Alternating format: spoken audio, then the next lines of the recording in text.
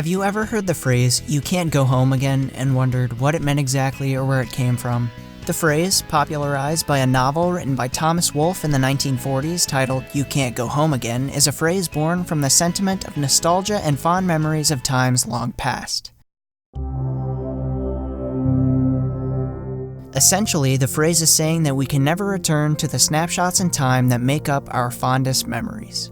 Memories like playing one of your favorite video games as a child, sitting in front of your old boxy TV, listening to a cold winter rain pour down during your Christmas vacation. Or maybe it's a memory of you and your childhood friends, riding bikes around your neighborhood as dusk begins to fall on a warm, breezy summer day.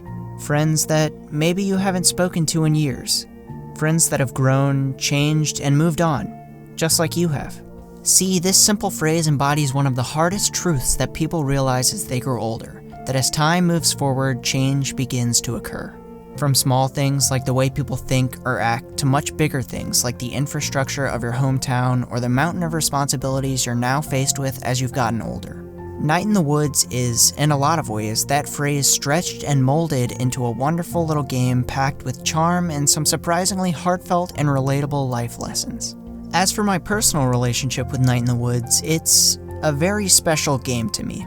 Like many of the games that seem to stick out in my mind, I played Night in the Woods during what I consider to be a very significant point in my life. And for the purpose of this video, I figured that it would be very fitting to revisit it during another major turning point in my life. And perhaps the reason that it sticks out to me so well is because of the circumstances I was going through in life at the time. Now, that's not to say that Night in the Woods wasn't impactful or thought-provoking both the first and second times I played it, because it certainly was, even more so the second time around. And I'll be diving into some of those thought-provoking and profound moments in this video, but I think why I really remember this game so fondly is because I was going through some pretty dramatic and personal changes in my life at the time. Some changes that were even reflected in this game. So allow me to set the stage and give you a better idea of how Night in the Woods affected me at two different times and in two different ways.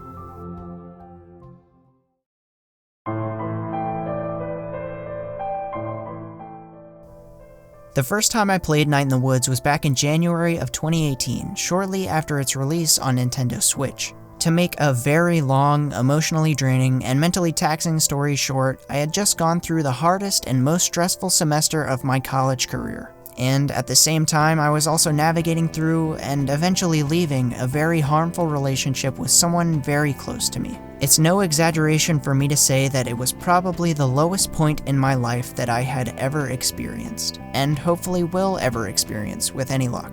By January, I was pretty much trying to figure out how to rebuild myself. For almost a year or so, I was able to lean on someone who wasn't going to be there for me anymore. And without some invaluable emotional support, both from my friends and an influential little indie game, I might not have found the mental fortitude I needed to pick myself up, trudge forward, and stay positive. One of the biggest reasons why it impacted me so much, though, was because of the main character, MaeBea. Specifically learning about her history with mental illness. This was probably the second or third time I'd struggled with major depression, and it was honestly really scary to be back in that mindset. But having a character and a story that I could somewhat relate to, even just a little bit, was very cathartic, along with plenty of other little lessons that the game sprinkles in through its various side quests and characters, which I'll get into in just a bit. Now, a year and a half later, I thought that it would be appropriate to revisit this game for a very specific reason. This game's central theme revolves around returning to a familiar place, while both you and the place you're returning to have changed in some subtle and not so subtle ways. In this regard, I feel like my perspective in this analysis is pretty unique, because before making this video, I was pretty much about to experience that exact same thing in my actual life.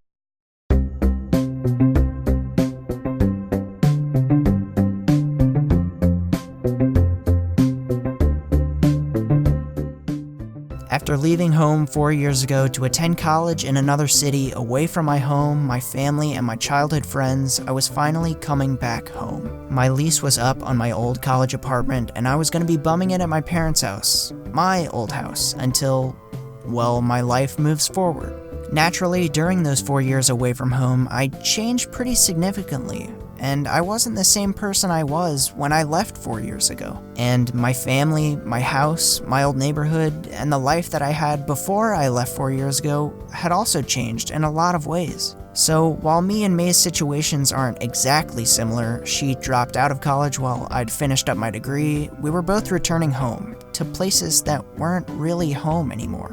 At least, not the home we remembered.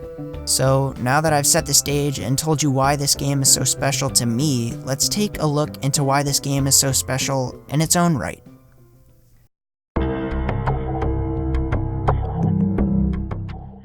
The narrative of Night in the Woods follows MaeBea, a rebellious anthropomorphic cat who has spontaneously decided to drop out of college and return home for reasons that are revealed over the course of the game. The home she's returning to is a small, rural town called Possum Springs, which invokes feelings of many Midwestern states in the US. Right away, you get the idea that Possum Springs is a pretty rustic town out in the sticks that's almost forever stuck a decade in the past. For example, one of the most exciting topics among the community is the new corporate-owned grocery store that's overtaken one of the town's long-established groceries. When you first arrive to town, characters complain about the newly opened highway that leads to the much nicer, more modern town miles away. A town which spurs many of the college kids to leave Possum Springs to find jobs or party on their off time, much to the annoyance of the older citizens. Right away, the setting of Night in the Woods feels so inviting and cozy. The game's fall aesthetic and geometric watercolor art style really do feel inviting and nostalgic, but there's still something murky and dark about it at the same time. It's a really nice parallel to the town that Mae thinks she's returning to that in reality has changed quite a bit in the short time that she's been gone. On the topic of Possum Springs, the town is actually one of my absolute favorite parts of this game. See, Night in the Woods is a platforming adventure game, so exploring the environment and talking to different characters across town is a huge part of the gameplay. Like some of my favorite video game towns like Tazmily Village in Mother 3 or Inaba in Persona 4, Possum Springs really feels like it's a living, breathing place. Both it and the characters who inhabit it feel believable and real, with problems and issues that feel relatable. Like a pastor who wants to help the homeless community around town, or an eccentric high school teacher who stays on his roof to chart stars with his telescope. Surprisingly, even the mundane side characters feel well written and believable. Like a nosy group of adults involved in the city council who seem to talk about problems more than fix them, or a couple of middle-aged football fans who just sit outside and talk about the most recent game. What's more is that even those same mundane characters have small story arcs that you can follow throughout the entirety of the game if you're dedicated enough. One of the things I loved most in both of my playthroughs was exploring Possum Springs as the game progressed and seeing new areas open up which revealed new characters to talk to and side quests to experience. In a weird way, exploring Possum Springs at the start of each new day felt akin to something like Animal Crossing. Like doing a small routine and seeing what was new with each passing day. Whether it was gaining access to the church on the hill after the construction crew finished working on the telephone poles, or finding the mural in the underground tunnel get vandalized and seeing how the citizens reacted. It was comforting, having a sense of routine to follow and explore, because Night in the Woods is a pretty open-ended game. The only real tutorial happens at the very beginning of the game and teaches you only 3 things: talking to characters, platforming, and performing a triple jump. After that, the game never again explicitly tells you what to do, where to go, or who to talk to. It's all up to you. That tutorial that lasts not even 2 minutes gives you all the tools you need for the rest of the game, which opens up a surprising amount. Just another aspect that I really enjoy about Night in the Woods. And yet, with that freedom, you naturally fall into the routine of exploring the town and talking to the folks who are in their usual spots. It provides a nice sense of guidance while still leaving you with the freedom to go at your own pace. I would genuinely look forward to hearing whatever poetry Selmers would come up with that day, talking to Mae's mom and dad each day, or climbing the rooftops to see if any characters had come and gone. However, while I said earlier that the main gameplay elements were talking to characters and platforming, that's not entirely the case. Those make up the main activities you'll be doing throughout every part of the game, sure, but that's not all there is to do in Night in the Woods. There are so many minigames and side activities to do throughout the main story that exploration never becomes stale, because the idea of finding a new activity or side quest is so enticing. Minigames like stealing pretzels from the vendor in the tunnel to feed a colony of rats, or smashing light bulbs with a baseball bat behind the snack falcon. There's even a full, tiny 2D retro dungeon crawler that you can play and beat over the course of this game.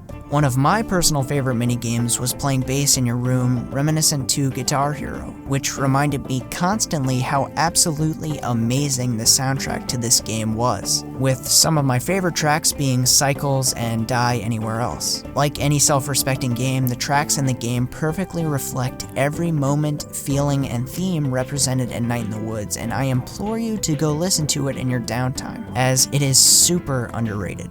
But to get back on track, all of these different side activities are used in a variety of ways that keep the game feeling fresh and new at just the right times.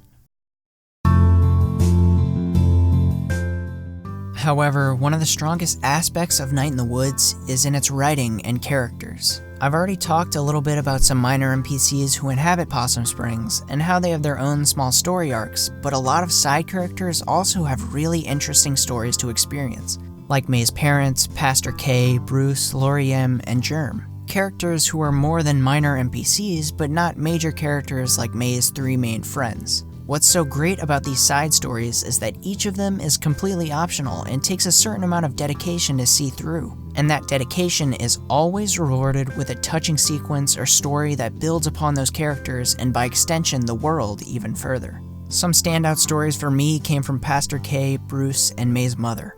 MaeBea's mother's story revolves around her concerns with MaeBea returning home and dropping out of college on a whim, as it has naturally taken a pretty huge toll on the family's financial situation. Through the side quests, we're told MaeBea was the first of her family to ever attend college, so her mother had very high hopes for her. However, upon MaeBea's return home, her concern gets the better of her, coming to a head in a fight between the two, where in the heat of the moment, MaeBea's mother reveals they may end up losing their home. Her side quest is very touching and deals with a lot of things that many people who grew up in a middle-class family have probably experienced to some degree. On the other hand, Bruce's story is a bit simpler, but is impactful because of the way you can interpret its outcome. Bruce, a wise old homeless man, can be talked to here and there about various things, like what brought him to Possum Springs, his past, or his outlook on his own circumstances in life. Towards the end of his story, he tells MaeBea that he plans to leave Possum Springs despite Pastor K's persistent support, as he claims he's finally going to reunite with his estranged family. He makes MaeBea promise not to tell Pastor K until after he's gone, and after he leaves, he's never seen again. Pastor K's subdued reaction to this news possibly says a lot, depending on your interpretation. Whether it was because all of her hard work over the past few weeks finally ended in failure, or she knew something about Bruce that MaeBea wasn't aware of, the player isn't directly told. We don't know if Bruce actually did board the train back home, or if something darker took place.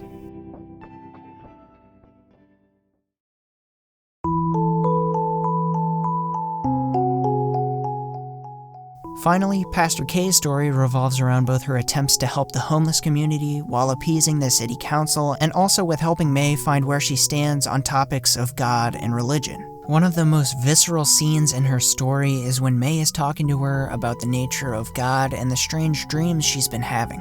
When MaeBea says she feels like these dreams might be coming from some sort of higher power, Pastor K begins to talk about the process of faith and how it's up to each person to choose to place that faith in something higher than themselves. However, she also admits that there are times when even she feels unsure of whether God is out there and listening, but that it is nonetheless her job to encourage others to place that same faith in a God that she is unsure is even out there. Hearing the pastor of a church talk about topics that so many people have struggled with, and even admits that there are times when even her faith is tested to such extremes where she doesn't even know if her job has real meaning, is just impactful. It feels real.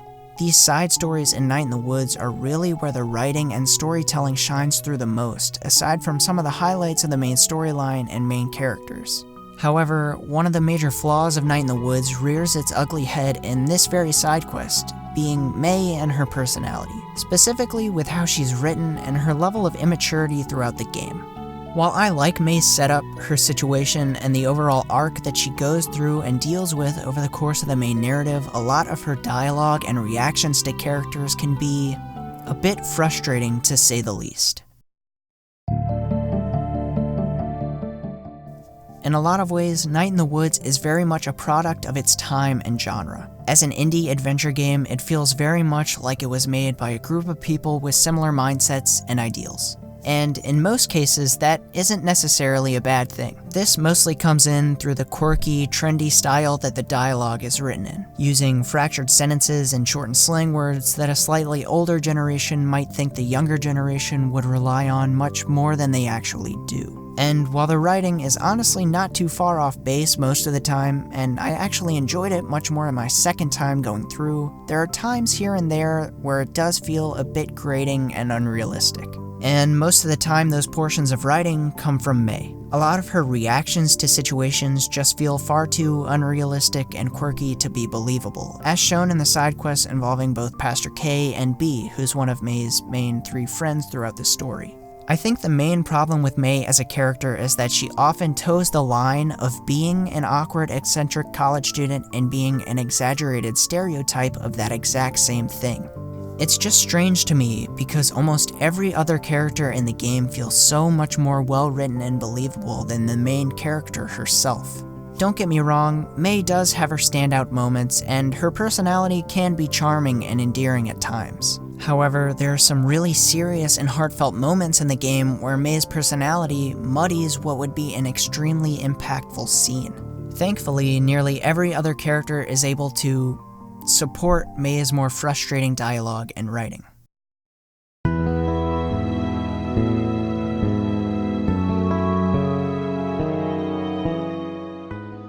This brings me to my next topic, being MaeBea's 3 main friends in Possum Springs: B, Gregg, and Angus. Early on in the narrative, we're introduced to these 3, although there's a bit of a stronger emphasis placed on both B and Gregg.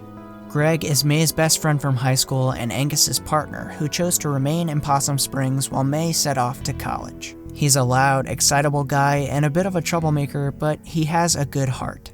B, on the other hand, was MaeBea's best friend from childhood until they drifted apart before high school, and has changed a lot since MaeBea left for college.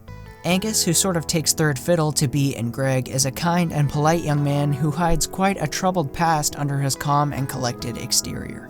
All 3 of these friends are so incredibly well written with such intriguing and emotional stories tied to each of them. Over the course of the game, you choose who you'd like to spend your free time with. You can choose to spend time with both B and Gregg, but doing so does lose out on some key points in each of their respective stories. This makes for some great replay value, as I found it's much more impactful to stick with one character's story all the way through to the end, instead of switching back and forth between the 2. In both of their stories, you get to experience another subtle but key theme at play in Night in the Woods, being that everyone has some hidden turmoil they're dealing with underneath the surface.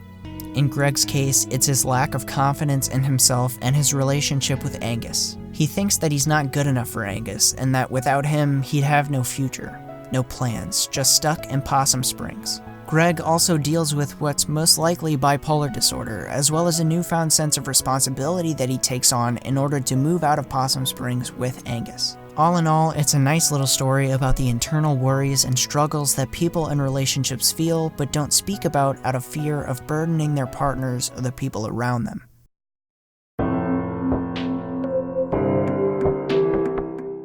With B, we learn more about her past and how she lost her mother to cancer at the end of high school. And because the medical bills and subsequent funeral were so costly, B was forced to take over the family business after her father suffered a mental breakdown. Forced to manage her family's hardware store in order to keep the family afloat financially, B was forced to give up her dream of attending college and leaving Possum Springs. This is why B is so resentful and cold towards MaeBea when she arrives in town, claiming she dropped out of college with no reason. B feels like MaeBea squandered her privileged chance to get out of Possum Springs and do something with her life, and is resentful that she's wasting an opportunity that B would do anything to have. These in-depth side quests highlight the game's ability to tell meaningful stories through a setting that on the surface feels common and mundane.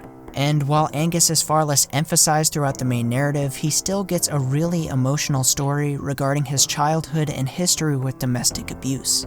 Personally, while B was the character I preferred to spend my time with most, Angus's side quest during the visit to Possum Jump is one of my absolute favorite moments in the entire game. It really stands out among the other side quests.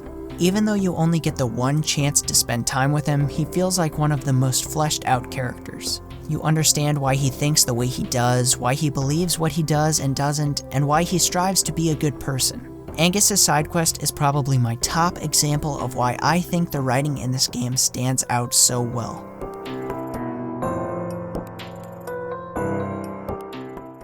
Now, I realize I haven't talked too much about the game's main narrative so far, and I have a few reasons for that. The main story essentially unfolds over the course of the 2 weeks you play through, and it's my opinion that it's really the sub-stories and side quests where the narrative really shines the most. From what I can remember, Night in the Woods was often advertised as having a supernatural thriller vibe to the main narrative, which it does. But once the mystery begins to take shape, it can start to feel like a hokey detective story at times, with the gang going on ghost hunts, looking for clues at the library, or Mae having these supernatural dreams that make you question what's actually real and what's not. However, while the main mystery that begins to unravel after Harfest is interesting and engaging, it unfortunately only begins to pay off near the end. And I use the term pay off somewhat loosely, as it feels like the resolution to a lot of plot threads are just a bit too vague to really pay off in any meaningful way. Mae's weird dreams are never really explained, the resolution with the miners is sort of glossed over in a strangely dark way, and Mae's encounter with the strange cat god-like entity is given basically zero clarification at all. Ultimately, the main narrative leaves you with more questions than answers. I'm not saying that's entirely a bad thing, because I'm all for leaving some plot points open-ended to allow players to come to their own conclusions. I just wish that more of those integral plot points had some concrete resolution or even a hint of one.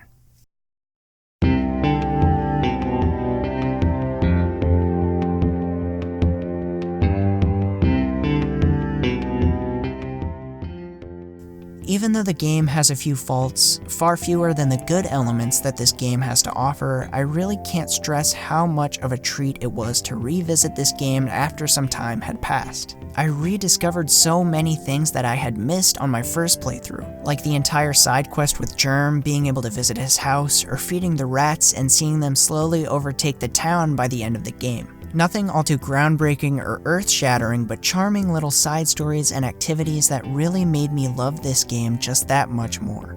Looking back, I really sank a lot more time into this game than I was planning to. But I didn't really mind it, because the time that I invested was rewarded tenfold, and at the end of the day, that's all I can really ask for when playing a game like this.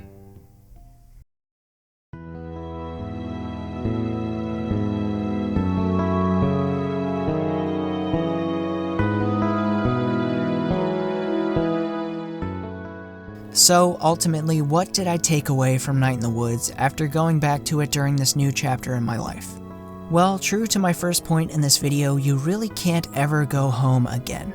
I learned that through the themes of this game, and I've learned it through the 3 weeks that I've been back in my childhood home. It's just not the same as it was, and frankly won't ever be. People grow, change, and move on. We have responsibilities, new problems, fears, anxieties, and ideals that alter the things we value. But the important thing to remember is that that's not a bad thing or something to be scared of. It's a sign of growth, of progress. It means that we've changed too. So while you can't ever go home again, I think that you can still find some comfort in knowing that as long as you're moving forward and growing, you're making progress towards a new home somewhere along the way. And that's something to look forward to.